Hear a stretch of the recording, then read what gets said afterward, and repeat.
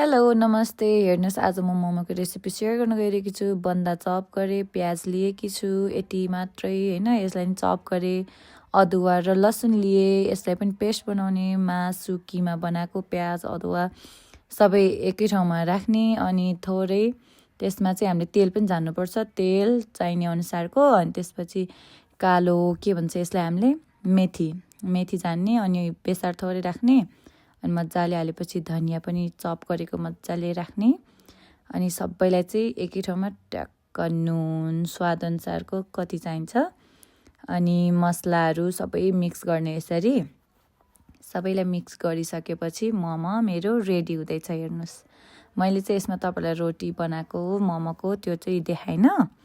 लास्टमा चाहिँ मेरो मोमो यस्तो बन्यो। हेर्नुहोस् यस्तो टेस्टी हुन्छ नि, घरमा बनाएको मोमोको स्वाद नै बेग्लै हुन्छ क्या।